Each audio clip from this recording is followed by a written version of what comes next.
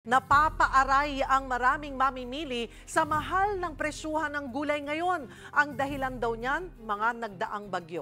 Para sa update, magbabalita live mula sa NEPA Q-Mart sa Quezon City, si Mobile Journal Francis Orso. Francis, magkano na ang bentahan ng gulay dyan? Cheryl, ilang linggo nga matapos ang sunod-sunod ng pagtama ng bagyo sa bansa, nagsitaasan na ang halos lahat ng presyo ng gulay dito sa Mega Q-Mart sa Quezon City. Hindi pa man nagdi-Desyembre, pumapalo na ng 100 piso ang itinaas ng ilang gulay sa Mega Q-Mart. Napapakamot ulo tuloy ang mga mamimili.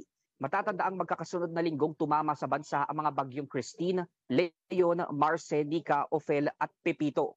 Kaya kung hindi kalahati ang ipinatong, may ilang gulay na dumoble ang presyo. Ang bell peppers nga na dating nasa 180 to 200 pesos, ngayon ay nasa mahigit 300 pesos na kada kilo. Ang talong na noon ay 90 pesos, 160 pesos na ngayon. Umaabot din sa 150 ang kamatis na dati lang ding 90 pesos. Sitaw na mula 60, ngayon ay mahigit 100 pesos na. Ang ampalaya, mapapangiwi ka rin sa presyo dahil umabot na ng 60 pesos ang itinaas. Doble naman ang itinaas ng luya na mula sa 120 noong nakaraang buwan, 240 pesos na ngayon. May mga ilang gulay naman na bahagya lang ang itinaas at may mga iba na hindi nagbago ang presyo. Nandyan ang carrots, Baguio beans, patatas, pechay Baguio, repolyo, broccoli, pati na sibuyas at bawang. Ayon sa ilang mga nagtitinda, pahirapan ngayon makahanap ng mapag-aangkatan ng maramihang supply. Paliwanag naman ng Department of Agriculture o DA, nasa mahigit 10 bilyong piso na kasi ang iniwang pinsala ng 6 na bagyong magkakasunod na nanalasa mula Christine hanggang Pepito sa sektor ng agrikultura.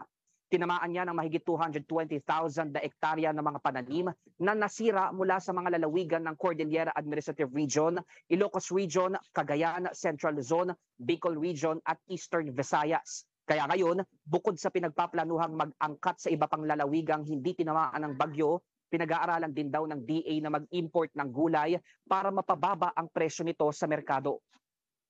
Cheryl, ayon pa sa iba pang mga nagtitinda dito ay inaasahan nga o posible na magtataas pa ang presyo ng ibang pangunahing produkto kasunod nga ng inaasahang pagpasok na ng Desyembre. Inaasahan din kasi Cheryl na tataas pa ang demand ng mga produktong gagamiting pangrekado sa Noche Buena. Cheryl. Maraming salamat, Mobile Journal Francis Orso.